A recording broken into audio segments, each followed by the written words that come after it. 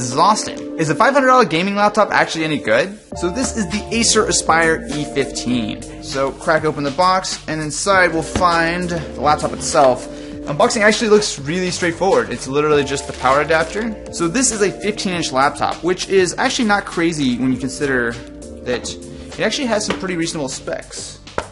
It doesn't feel super premium. It looks interesting, even though it's definitely plastic and doesn't feel super premium or anything. I think it looks nice, and especially when you open it up and you realize that it's got a nice little contrast with the white. So looking around the laptop, it's a little old school. I mean, we got like a VGA port here, but I think the funnier thing is there's a spot for an optical drive, which this does not come with. However, that actually can be a cool thing, because that might mean that we could, say, put an extra hard drive in, or probably in this case, put an SSD inside.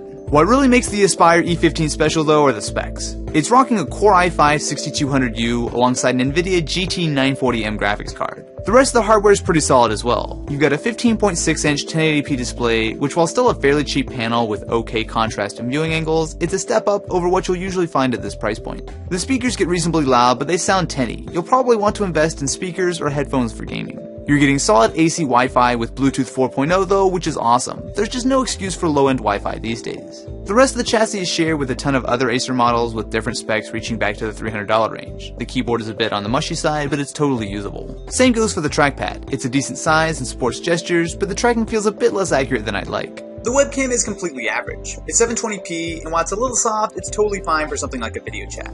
While it comes with Windows 10, you'll find bloatware the second you turn it on. There's just tons of pre-installed software like Norton. It's definitely worth spending a few minutes when you get the laptop to clean everything up. One unsurprising cost-cutting measure is the 1TB hard drive. While it's a decent amount of space, it is seriously slow. If you want to upgrade though, it's not too difficult. There are quite a few screws around back, but with a little careful prying, it's easy enough to get into. You've got access to the second DIMM slot if you'd like to upgrade to 16 gigs of RAM, and you can also see the fairly small battery along with the heat pipe that leads to the surprisingly quiet single fan that cools both the CPU and GPU. From here, you can swap out the hard drive or even get an adapter for the optical bay and put a drive there. While a Skylake-based Core i5 is definitely appreciated, it's a dual-core 15-watt part which is typically found in thin and light ultrabooks. It's paired with the GT940M, which NVIDIA is pretty vague about beyond the 4GB of DDR3 memory, but in game this ends up being a good combo.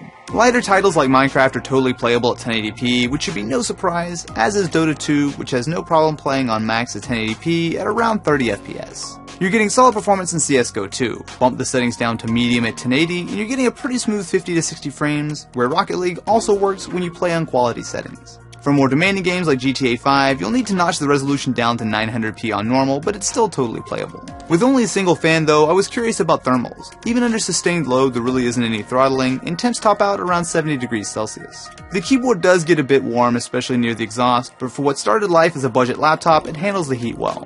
One thing that doesn't hold up quite so well though is the battery. Under a full gaming load with max screen brightness, it only lasted about 53 minutes, which is pretty disappointing. That small battery doesn't help in normal use either. You're probably going to want to stay close to an outlet.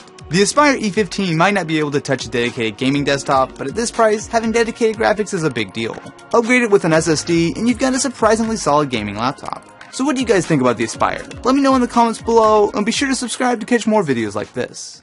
The Acer Blue Light Shield